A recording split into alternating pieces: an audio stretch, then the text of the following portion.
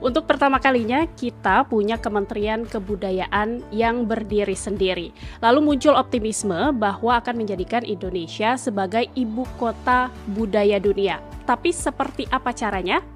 Kekayaan budaya kita tuh kuat, akarnya jelas, ya, rootnya itu jelas, dan kita punya apa yang saya sebut nih mega diversity.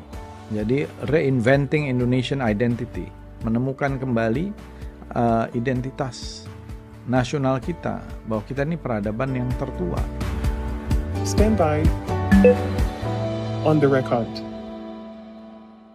Halo pemirsa Antara, selamat datang di podcast Antara on the record. Tidak biasa-biasanya ini saya sekarang berada di satu ruangan yang dari benda-bendanya saja terlihat adalah benda-benda yang berbudaya begitu ya. Karena saya akan ngobrol bahas banyak soal kebudayaan dengan siapa lagi kalau bukan Menteri Kebudayaan Bapak Fadlizon. Apa kabarnya Pak Fadli? Baik, terima kasih Mbak. Ya. Sehat ya Pak ya? Sehat, alhamdulillah. Oke. Dan Pak Fadlizon ini dalam pidatonya waktu itu Pak, saya dengar kalau Bapak ini adalah orang budaya sebetulnya, orang kebudayaan yang masuk ke politik.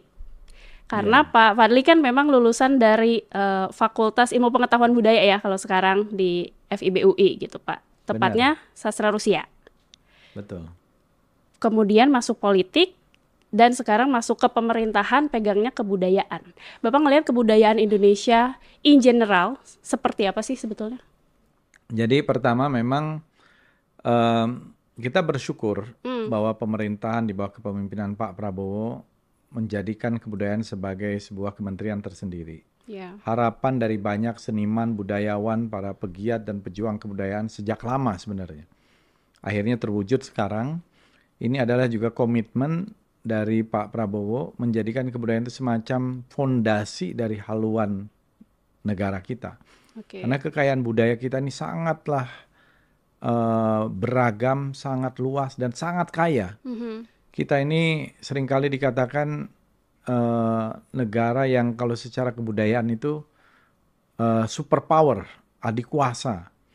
Dari Sabang sampai Merauke, dari Miangas sampai Pulau Rote, ekspresi-ekspresi budaya kita itu luar biasa. Dari mulai seni pertunjukan, seni tari, teater, musik tradisional, musik film dan sebagainya. Pokoknya itu yang dimaksud dengan ekspresi budaya. Belum lagi peninggalan-peninggalan, warisan-warisan budaya yang tangible maupun yang intangible. Benda dan tak benda gitu Benda dan tak benda yang luar biasa, yang sekarang sudah kita kumpulkan jumlahnya secara nasional itu 2.213 intangible cultural heritage. Dan alhamdulillah sekarang yang terdaftar di UNESCO dari yang tadinya 13 per tanggal atau minggu pertama Desember ini tambah lagi 3, yaitu Reok Ponorogo, kemudian Kebaya, dan juga musik Kolintang. Nah, ini menambah satu acknowledgement, inskripsi terhadap budaya kita sebagai warisan budaya tak benda dunia. Nah, kebudayaan secara umum saya kira kita semua paham, ini adalah satu hal yang definisinya luas, dari mulai sistem gagasan, pemikiran, kehidupan kita sehari-hari, dan termasuk ekspresi-ekspresi seni budaya dan lain-lain yang cukup banyak. Dan kita nih perlu lestarikan, kita perlu kembangkan, kita perlu manfaatkan, kita perlu bina menjadi kekuatan. Ya. Dan disinilah pentingnya Kementerian Kebudayaan. Karena ada di dalam pasal 32 Undang-Undang Dasar kita, disebutkan di situ, ini jarang dikutip. Apa isi pasal 32 UUD 45 itu? Negara memajukan kebudayaan nasional Indonesia di tengah peradaban dunia. Dengan menjamin kebebasan masyarakatnya untuk memelihara dan mengembangkan budayanya masing-masing. Jadi ini perintah konstitusi untuk memajukan kebudayaan nasional itu. Kalau bicara tadi ya soal warisan budaya tak benda, Pak Menteri juga sempat ngomong ya, ada 3 elemen gitu Pak yang nambah per Desember 2024. Ada Kebaya, ada juga Kolintang, dan satu lagi Reok Ponorogo. Itu kan juga pasti perjalanannya nggak singkat ya Pak ya? Iya. Kalau bisa diceritain gimana sih Pak? Jadi begini, memang dulu yang pertama kali didaftarkan, waktu itu belum menjadi Intangible Cultural Heritage, dulu namanya masih Masterpiece of Oral Tradition and Intangible Heritage of Humanity. Jadi warisan agung budaya dunia, warisan adiluhung gitu ya. Item persyaratannya cukup banyak. Yang pertama didaftarkan dulu itu adalah wayang, tahun 2003, keris di tahun 2005. Kemudian berubah aturannya di UNESCO, syaratnya lebih mudah. Nah, didaftarkan ulang lah wayang jadi tahun 2008. Kemudian keris, lalu ada batik, ada angklung, ada gamelan, ada pantun, pinisi, tari Bali, saman, sampai yang akhirnya tahun lalu adalah jamu. 13. Nah, tentu ya yang namanya UNESCO juga punya keterbatasan, mereka punya evaluating body namanya gitu ya, komite yang melakukan verifikasi terhadap budaya-budaya ini. Akhirnya dibatasi setiap negara itu hanya bisa mendaftarkan satu Intangible Cultural Heritage setiap 2 tahun. Nah, makanya kita juga diberikan kesempatan untuk sama-sama dengan beberapa negara lain, namanya joint nomination atau representative list dari sejumlah negara, 2 negara atau lebih dan sebagainya. Seperti yang kita lakukan dalam hal ini dengan kebaya dan juga dengan kolintang.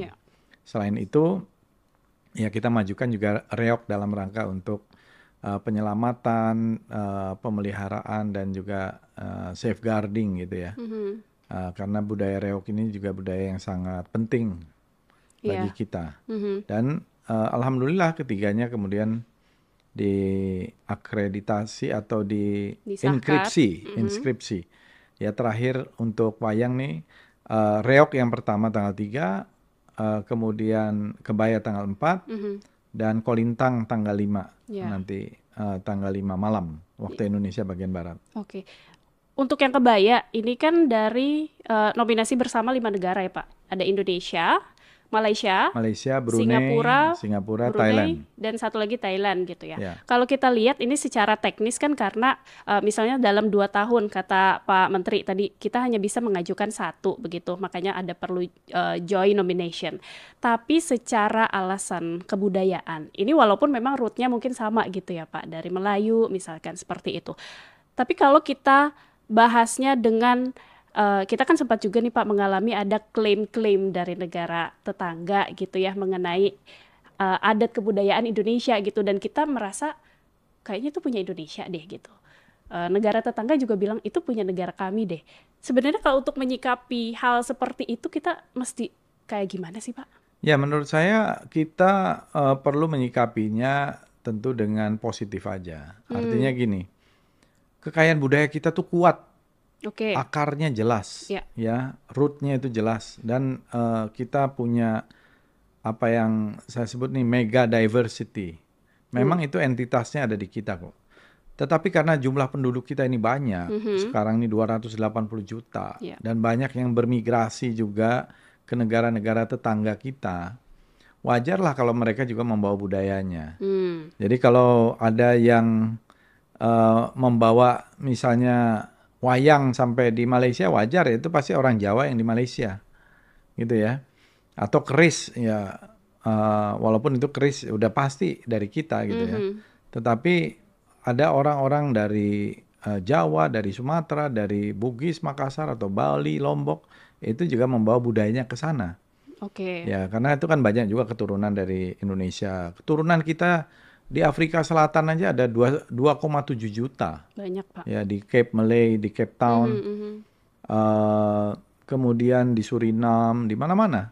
Ya, sebenarnya bahkan nenek moyang orang Maori Aborigin itu juga menurut sejarahnya bisa saja dari kepulauan-kepulauan di Nusantara. Saya pernah lihat itu di Museum Rotorua di Selandia Baru, ya, dan juga banyak di negara-negara Pasifik itu juga banyak dari kita, migrasi dari kita.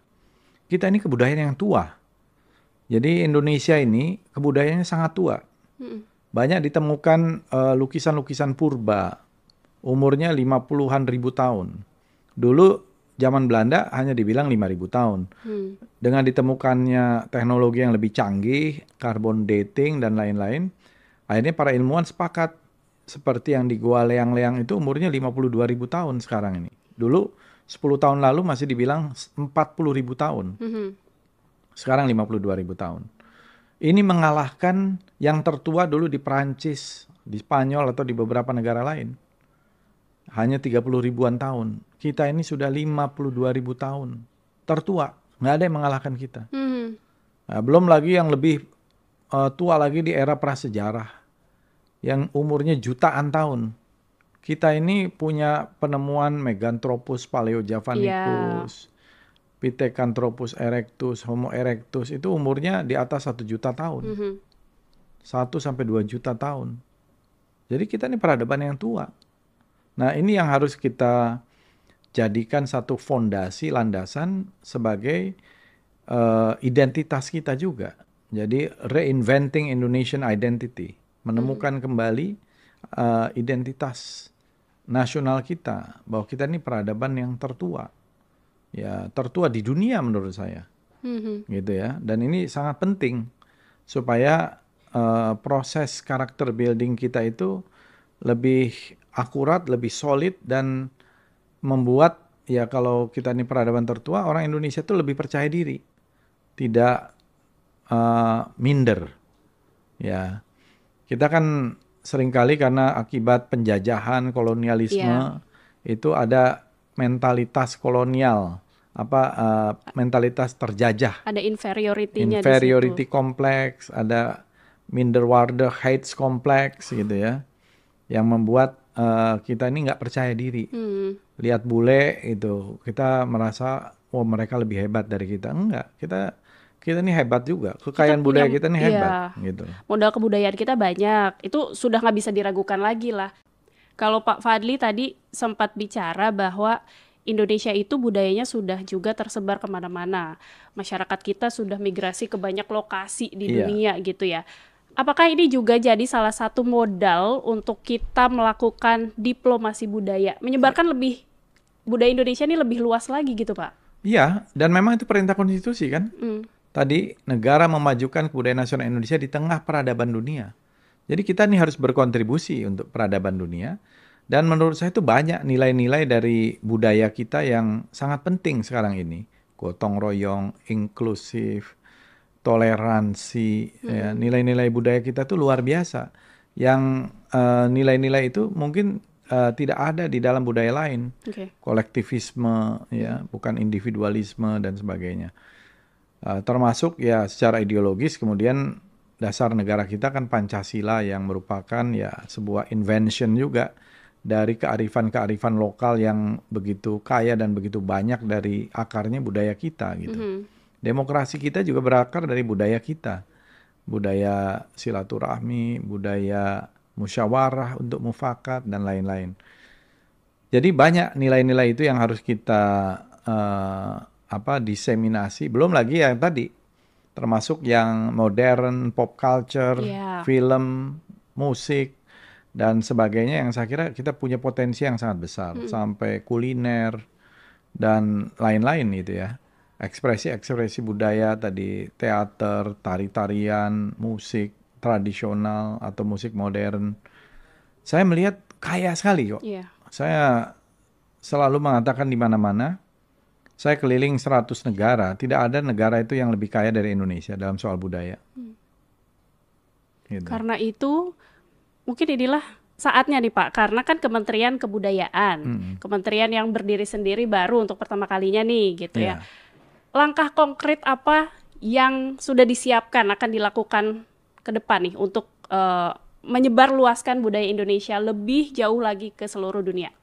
Ya, tentu yang pertama kita bereskan dulu masalah internal kita, struktur organisasi, tata kelola, dan juga ini bukan tanggung jawab sendiri Kementerian Kebudayaan. Ini harus menjadi suatu kolaborasi semua pihak dengan jadi pemerintah, swasta, pemerintah provinsi, kabupaten, kota, dan juga individu-individu, para pegiat kebudayaan, para pejuang kebudayaan. Ini harus kerja bersama, kolaborasi, sinergi, sehingga menjadikan kebudayaan kita ini hadir di semua lini, ya, dan juga menjadi bagian dari satu fondasi yang mewarnai segala macam aktivitas.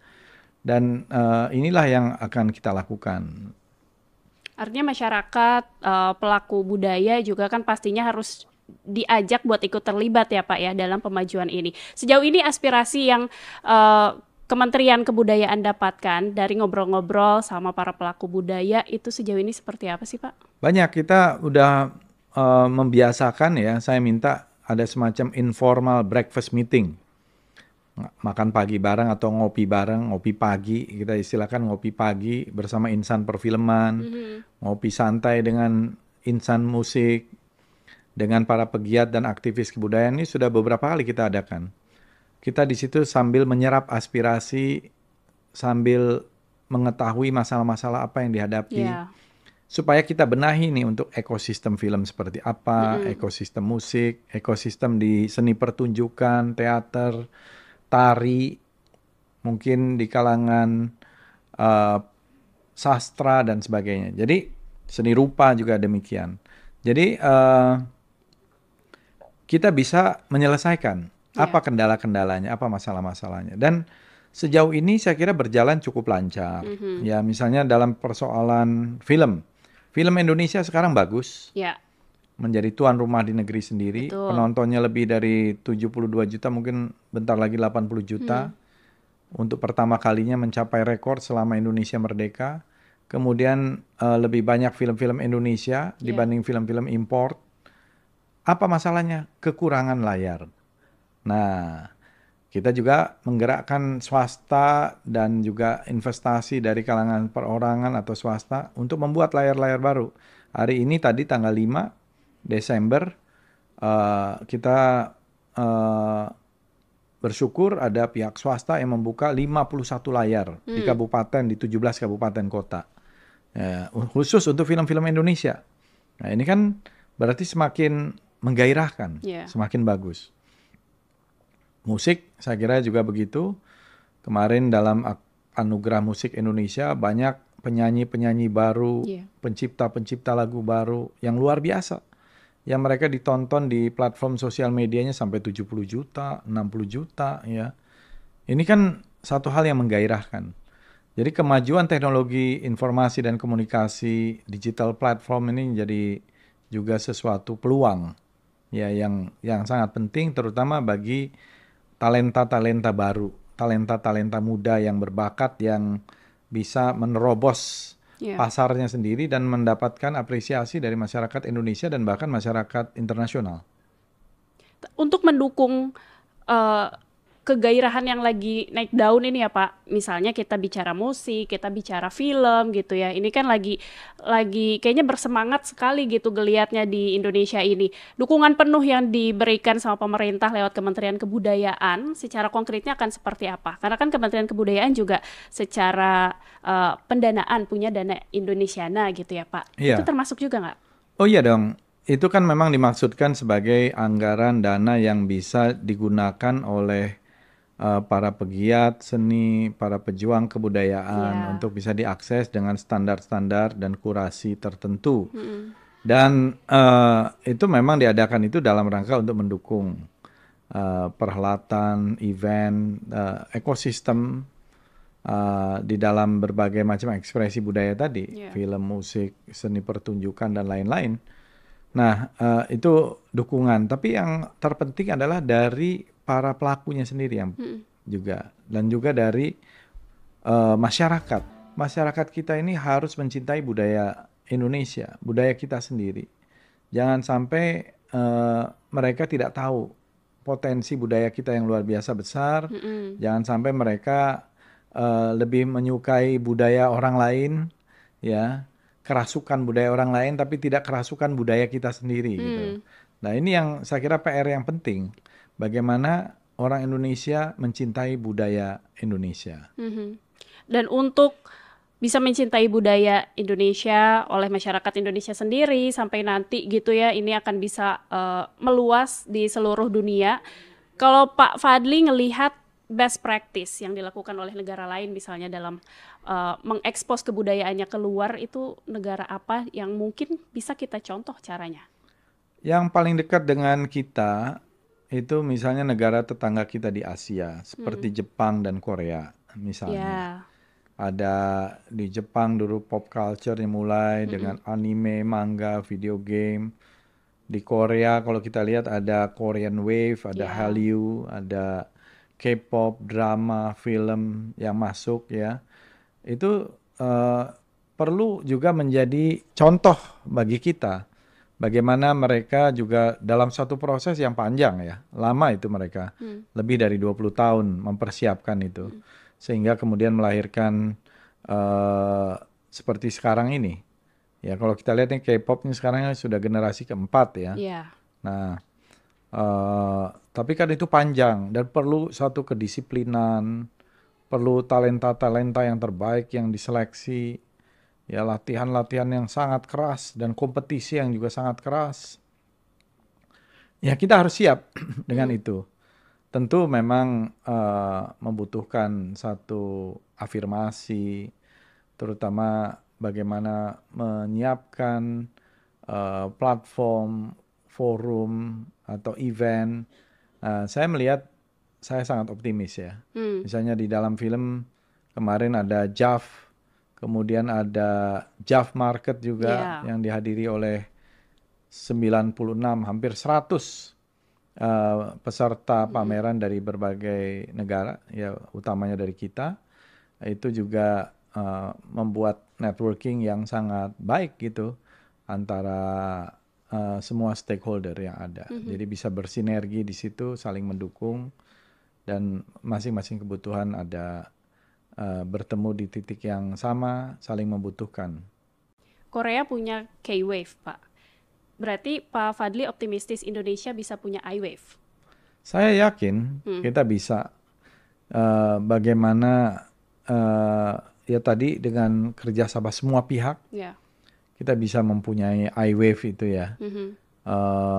Kita bisa menjadikan budaya Indonesia itu budaya yang ya kalau budaya kita disukai oleh masyarakat sendiri itu sudah 280 juta. Nah, belum lagi kalau kita sampai keluar. Nah, saya yakin sangat bisa kita. Apalagi dengan generasi baru ini yang hebat-hebat ya. Yang mereka itu digital literate gitu ya. Dan mereka punya banyak sekali ide, gagasan, komparasi dari berbagai negara. Apalagi mereka juga bisa menggunakan perkembangan informasi dan teknologi yang baru, AI dan sebagainya itu. Saya sangat optimis bahwa budaya kita bisa mendunia, kita bisa menjadi hub, bisa menjadi ibu kota kebudayaan dunia, kita bisa membuat kebudayaan kita dikenal di berbagai negara, di dunia internasional, di dunia gitu. Dan sebelum mungkin kebudayaan itu kan bisa keluar, bisa terekspos di seluruh dunia, tapi kita juga menghadapi kebudayaan yang ada di daerah terpencil misalnya, yang mungkin sulit diakses oleh masyarakat di wilayah lain sehingga nggak ketahuan begitu, Pak. Kemudian kita juga menghadapi dengan adanya ancaman kepunahan misalnya karena masyarakatnya yang sudah semakin sedikit atau masyarakatnya yang tidak lagi menggunakan atau melakukan kebudayaan itu.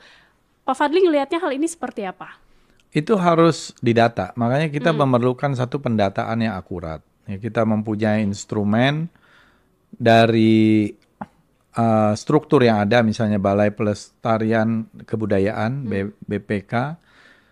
Tetapi yang paling penting adalah dari semua stakeholder tadi, termasuk dari masyarakat yang punya kepedulian.